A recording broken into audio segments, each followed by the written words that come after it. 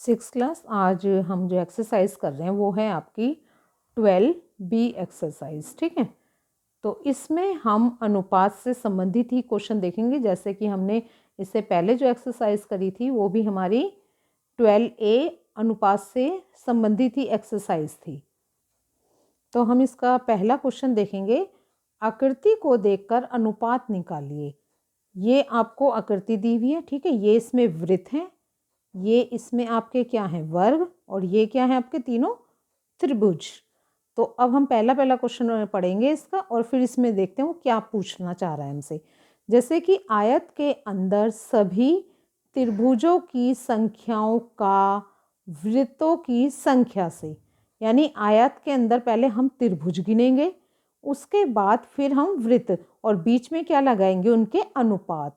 तो आयत हमारा, आयत के अंदर पहले त्रिभुज देखो, त्रिभुज है हमारा 1 2 3, तो हम लिखेंगे आंसर में यहाँ पे 3। फिर यहाँ लगाएंगे हम अनुपात। फर्स्ट का आपका ये कै भाग है, ठीक है। अब क्या कह रहा है यहाँ पे, वृत्त देखो, गोल कौन सा है, 1 और ये 2, तो यहाँ पहले का आंसर हमारा क्या आ गया, 3:2। अब हम कै पार्ट देखेंगे।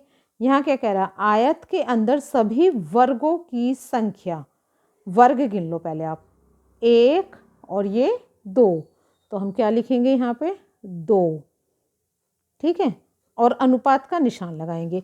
अब ये क्या कह रहा है, आयत के अंदर सभी वर्गों की संख्या और सभी आकृतियों की, यानी वर्ग तो अलग निकालने ही निकालने, और उसके बाद जितनी आकृतियाँ, जैसे 1 2 3 4 5 6 7, तो ये क्या हो गया 2:7, यानी ये आपके वर्ग, और ये आयत के अंदर पूरी टोटल जितनी भी आपकी जो चित्र थे उनका पूरे का अनुपात, ठीक है। अब है थर्ड नंबर, आयत के अंदर सभी वृत्तों का सभी आकृतियों से। तो वृत्त कितने थे आपके, 1 2, यह भी हमने पहले भी कैलकुलेट करा था, तो 2:, और बाकी कितने हैं, 1 2 3 4 5 6 7, तो ये सारे आपके 7, ठीक है। तो ये हमारा पहला क्वेश्चन यहाँ पे कंप्लीट होता है बच्चे। इसके बाद है सरलतम रूप में अनुपात ज्ञात कीजिए, यानी इनको हमें काटना है। सरल मतलब इससे ऐसे अनुपात मिलाना है जो आगे जाके कटे ना किसी से भी। तो सेकंड का फर्स्ट पार्ट हम लिखेंगे, सेकंड का फर्स्ट पार्ट है हमारा, इसमें इसने हमें दिया है 2:4, ठीक है, 2:4। तो बच्चे जब भी हम इन्हें सरल करेंगे, तो मैंने आपको बताया था कि इनको आप भिन्न के रूप में भी लिख सकते हो, तो हमारे लिए और इजी हो जाता है इन्हें सॉल्व करना। हम क्या करेंगे, इसे 2/4 हम लिख सकते हैं, ठीक है, और उसके बाद फिर हम अपना काट के आंसर लिख लेंगे। देखो 2 एकम 2, 2 दूनी 4। जब भी इस तरह आपको अनुपात दिया और वो कहे कि इन्हें सरल कीजिए या इनका सरलतम अनुपात निकालिए, तो सरलतम का मीन्स इनको इतने निम्न पॉइंट पे लाना कि ये जहाँ जाके ना कटे। अब देखो 1/2 आ गया, तो अब इसका आंसर हम क्या लिख सकते हैं, 1:2, बस ये करना है आपको। यानी ये यदि कटता है तो आप इसे काट दीजिए। जैसे कि अब सेकंड है, तो हम क्या लिखेंगे, 15 पहला पद पहले लिखेंगे और द्वितीय पद नीचे लिखेंगे। तो 3 एकम 3, 3 पंजे 15, तो ये क्या हो जाएगा इसका आंसर आपका यहाँ पे 5:1, क्योंकि जो प्रथम पद है उसे हम पहले लिखेंगे। नेक्स्ट में देखिए, अब ये दशमलव आया है, तो बच्चे आप क्या करो, पहले इसको ऐसे के ऐसे लिखो, 3.5 और 105 यहाँ आ गए। अब हम क्या करेंगे, ये पॉइंट हटाकर हम इसे कर देंगे 35, और ये बट्टे में एक 0 और बढ़ा देंगे, ठीक है। अब इसे काट देते हैं, देखो किससे काट दें, 5 से काट के देखें, 5 7 35, ठीक है, 5 दूनी 10, 5 एकम 5 0, 7 एकम 7, 7 तिया 21, और ये 0, ठीक है। तो ये कितना हो गया हमारा 1/30। तो इसको मैं अनुपात के रूप में आंसर में लिखूंगी तो क्या आ जाएगा, 1:30, ठीक है। दशमलव वाली मतलब यदि आप इसे भिन्न के रूप में करोगे तो आप और आसानी से कर पाओगे। आप देखिए नेक्स्ट, ये 50 पैसे हैं, ये 3 रुपये हैं। तो सबसे पहले तो बच्चे आपको इनको सारा पैसे बनाने हैं, क्योंकि ये 50 पैसे तो रुपए नहीं बन सकते, इनको हम पैसे बना सकते हैं। तो 50 पैसे मैंने ऐसे लिख लिए 3 रुपये। 1 रुपये में 100 पैसे होते हैं, तो 3 रुपये में कितने हो गए 300 पैसे। ठीक है बच्चे, ये ध्यान रखिएगा, 1 रुपये में 100 पैसे, 3 रुपये को 100 से गुणा कर दिया तो 300 पैसे यहाँ आपके आ गए। अब इसे हम लिख लेते हैं अगले स्टेप में, 50 गुणा 300, 1 जीरो से 1 जीरो, 5 एकम 5, 5 छः 30, तो क्या आ गया ये आपका 1/6। तो जब हम इसका आंसर लिखेंगे क्या लिखेंगे 1:6। तो ये भिन्न में करने से हमें आसानी से हम इसे सॉल्व कर सकते हैं। चलिए अब नेक्स्ट देखिए, ये 2 मीटर और ये 6 सेंटीमीटर है ना। अब मीटर के हमें पहले क्या बनाने पड़ेंगे सेंटीमीटर। तो 2 गुणा 100/6, तो कितना आ जाएगा 200 अनुपात आपका 6। अब इसे हम भिन्न के रूप में लिख लेते हैं, तो 200/6। तो पहले 2 से काट के देख लें, 2 एकम 2, 0 0, हाँ 2 तिया 6, तो ये तो नहीं कटेगा।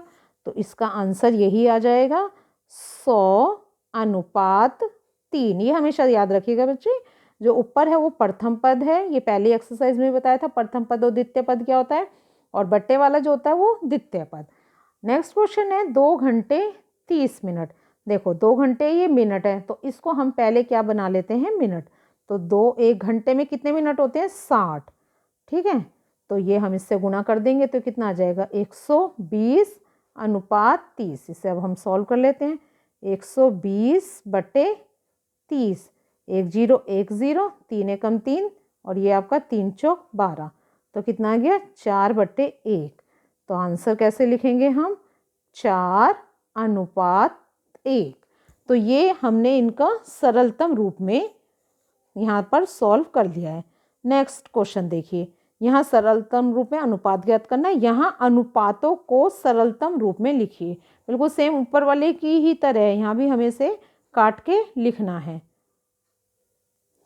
चलिए अब थर्ड का था 2:16, तो मैंने बताया ना भिन्न के रूप में लिख लो आप इससे पहले, 2 एकम 2, 2 अट्ठे 16। ठीक है, तो इसका आंसर हम क्या लिख सकते हैं, पहले चलो एक बार लिख के दिखा दूँ, 1/8। अभी हम इसका आंसर लिखेंगे तो 1:8। ठीक है, ऐसी अब इसको लिख लेते हैं हम भिन्न के रूप में, 18/90, 18 एकम 18, 18 पंजे 90, तो कितना आ गया काट के 1/5। तो इसका आंसर कैसे लिखेंगे हम 1:5। नेक्स्ट देखिए 11:121, 11/121, 11 एकम 11, 11 एकम 11, 11 एकम 11, तो क्या आ गया 1/11। तो जब हम इसका आंसर लिखेंगे तो क्या लिखेंगे 1:11। अब इसको भी ऐसे हम बट्टे में लिख लेते हैं, यहाँ पे 13/39, 13 एकम 13, 13 तिये 39, तो ये क्या आ गया आपका 1/3। तो जब हम इसका आंसर लिखेंगे तो कैसे लिखेंगे 1:3। ये 3। चलिए नेक्स्ट देखिए, ये 36 है, ये 72 है, तो हम लिखेंगे 36/72। तो 3 12 से काट लें, से 12 24, 12 तिये 36, 12 छः 72, 3 एकम 3, 3 दूनी 6, तो क्या आ गया 1:2। 1/2 आ जाएगा ना यहाँ से, तो ये सीधा आंसर मैंने लिख दिया 1:2। अब ये 5 किलोग्राम है, ये ग्राम है, तो इसका हम 5 को 1000 से गुना करके इसके ग्राम बना लेते हैं, है ना। तो ये हो जाएगा 5000/650। तो अब इसको हम बट्टे में लिख लेते हैं, 5000 बट्टे में आपके 650। तो देखो 1 जीरो से 1 जीरो गई, 5 से काट लेते हैं पहले, 5 एकम 5, 0 0, 5 एकम 5, 5 तिये 15, तो ये और तो इससे ज़्यादा इसका छोटा रूप होने का नहीं, तो बस अब हम इसका आंसर लिख देंगे यहाँ पर 100/13 आ गया, तो हम कैसे लिखेंगे 100:13। ये आंसर आ गया आपका। ये जो बट्टे में आ रहा है वो आपका ऊपर वाला प्रथम पद और ये नीचे वाला आपका द्वितीय पद। ये आपके यहाँ पर क्वेश्चन नंबर 4 तक कंप्लीट है। क्वेश्चन नंबर 5 देखेंगे। अगला क्वेश्चन है हमारा, यहाँ हमें 2 अनुपात दिए हुए हैं, है ना। इनमें हमें कंपेयर करना है, यानी तुलना करनी है, कौन सा बड़ा है, ये बड़ा है या ये बड़ा है। तो इसके लिए हम क्या करेंगे, इनको पहले सॉल्व करेंगे, है ना। जैसे कि हम बट्टे वाली संख्या करते थे, इसी तरीके से हम क्या करेंगे, पहला भिन्न के रूप में लिख लेंगे इसे। ये लिख लिया हमने पहला भिन्न 3/5, ठीक है। और ये कितना है मेरा, बराबर 5/8, ठीक है बच्चे। तो अब आपको क्या करना है, जो इसका हर है उसको तो गुणा करना ऊपर नीचे इससे, और जो इसका हर है उसको पहले भिन्न से। दोबारा बता रही हूँ, देखो जो पहला भिन्न है इसका 5 ले लिया, इन दोनों को 5 से गुना कर दिया, गुना 5, यानी पहले भिन्न का हर लेकर दूसरे भिन्न से गुना कर दो, और दूसरे भिन्न का हर यहाँ ऊपर नीचे लिख दिया, क्योंकि हमें दोनों का हर समान बनाना है। जब भी आप तुलना कर सकते हो 2 अनुपात में, है ना। ये हमारा रूल उसमें भी कहता था, जब हम भिन्न वाले क्वेश्चन करते थे कि आपको 2 संख्याओं में बड़ी या छोटी छांटनी होती थी भिन्न वाली संख्या में, तो हम दोनों का पहले हर समान करते थे। तो दोनों का हर समान होगा तभी हम इसे सॉल्व कर पाएंगे। 8 तिया 24, और ये 8 पंजे 40, 5 पंजे 25, और ये 8 पंजे 40। अब देखो दोनों का हर समान है। अब यहाँ देख लीजिए बड़ी कौन सी संख्या, आपकी बड़ी ये वाली है, ठीक है। तो हम इसका आंसर कैसे लिखेंगे, बड़ी कौन सी हो गई, ये 5/8। तो आप यहाँ 5:8 ही लिख के दिखाओगे, और ये बड़े का आपका साइन ऐसे दिखाओगे, है ना, ग्रेटर देन 3:5। ठीक है। एक क्वेश्चन और करते हैं और अच्छे से समझ में आएगा आपको। यहाँ है 2:7। तो पहला भिन्न मेरा क्या हो गया, 2/7। दूसरा भिन्न क्या है मेरा, 6/8। अब देखो इसका हर क्या है, 7। तो दोनों को मैंने 7 से ऊपर नीचे गुना कर दिया। इसका हर क्या है, 8। तो मैंने यहाँ कह रहा 8 गुना 8, बस अभी ने गुना कर दीजिए। मतलब जब हम 2 भिन्न में तुलना करते हैं तो दोनों का हर समान होना चाहिए। 8 दूनी 16, 8 सत्ते 56, 7 6 42, 8 सत्ते 56। ठीक है। तो ये चीज़ आपको यहाँ पर ध्यान रखनी है कि दोनों के हर समान होंगे तभी हम कंपेयर कर सकते हैं। तो अब देखने से पता चल रहा है कि 42 क्या होगा आपका यहाँ पे, ये बड़ा, तो यानी 6/8। तो हम आंसर कैसे लिखेंगे, 6:8। आपको इसी रूप में दिखाना है बच्चे। ये बड़ा है किससे, 2:7 से। चलिए अब नेक्स्ट क्वेश्चन देखिए। जैसे कि अभी हमने ऊपर भी क्वेश्चन करे थे, जहाँ ग्राम था, किलोग्राम था, तो हमने ग्राम बनाकर, जहाँ रुपए पैसे थे वहाँ उसे हमने पैसों में बदल कर, देखो ये तो 40 पैसे है, तो आप इसे 40 को पैसों को ऐसे ही लिख लो। अब ये 2 रुपये हैं, 1 रुपये में मैंने 100 पैसे बताए थे, तो 2 रुपये में कितने हो गए, 200 पैसे। एक भिन्न तो मेरा ये तैयार हो गया। ठीक है। अब दूसरा देखिए, 60 पैसे ऐसे का ऐसे लिख दो। ये कितना है आपका, ये है आपका 4 रुपये, 40 गलती से लिख रहे 4 रुपये। तो यहाँ 4 रुपये को आप किससे, 100 पैसे से गुना करोगे तो कितना आ जाएगा आपके 400 पैसे। अब हम भिन्न के रूप में लिख लेंगे। पहला भिन्न मेरा क्या है, 40 बटे आपका 200, 1 0 से 1 0, 4 एकम 4, 4 पंजे 20। तो कितना आ गया, 1/5। ठीक है।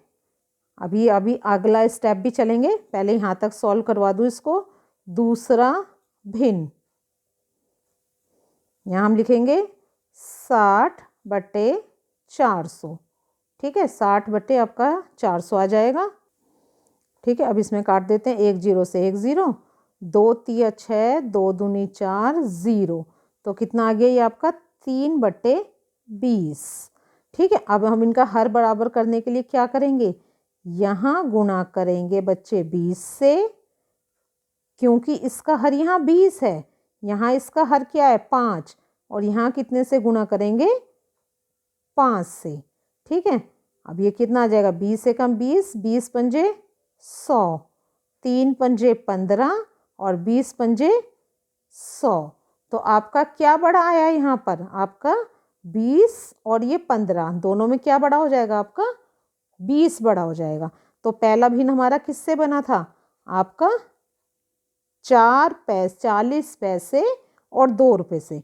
तो आप यही आंसर में लिखेंगे सबसे पहले, क्योंकि जो आंसर देना है वो आपको उसी में देना है, 40 पैसे और क्या है साथ में आपके रुपये 2। आप ऐसे बड़े का निशान लगाएंगे और फिर लिखेंगे 60 पैसे अनुपात रुपये 4। तो ये आपका यहाँ पर 4th क्वेश्चन कंप्लीट है।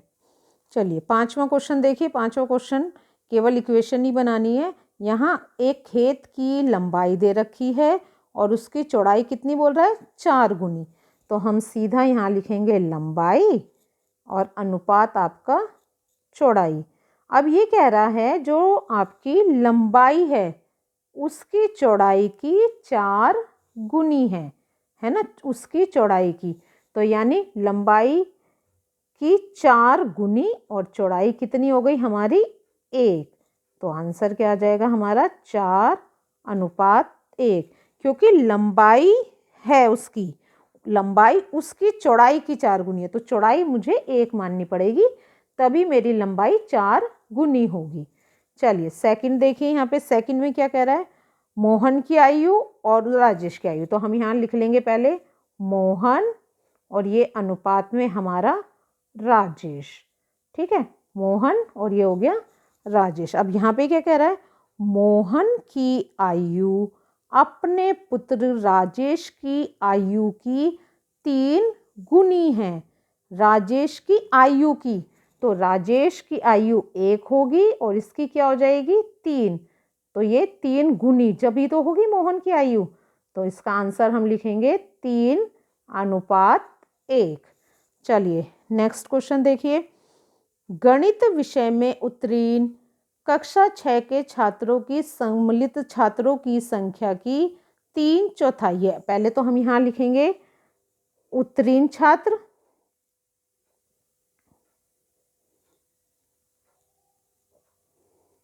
और यहाँ आ जाएगा सम्मिलित छात्र।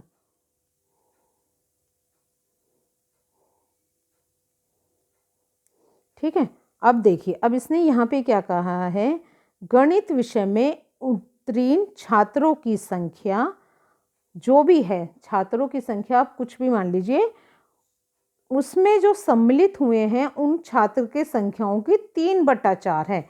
यानी सम्मिलित छात्र हमने यहाँ 1 माना, तो ये उत्तीर्ण छात्र कितने बता रहा है यहाँ पर 3/4। ठीक है, तो यहाँ पर क्या कहना चाह रहा है, गणित विषय में उत्तीर्ण छात्र सम्मिलित छात्रों की 3/4 है। तो सम्मिलित छात्र मेरा 1 है और इसकी 3/4 है। जब हम अनुपात में लिखते हैं बच्चे, तो ये आपका क्या है, ये बट्टे में है और ये आपका बट्टे में नहीं है। तो इसके लिए हम दोनों में इसके हर से गुणा कर देंगे। ठीक है, तो ये 4 से 4 कट जाएगा, तो ये 3:1 आपका 1 आ जाएगा, 3:4 आ जाएगा। क्योंकि अनुपात में हम 3/4 अनुपात 1 नहीं लिख सकते थे, तो हमने इसके अंश में भी और इसके अंश में भी 4 से गुणा कर दिया। तो इसका आंसर आ गया हमारा 3:4।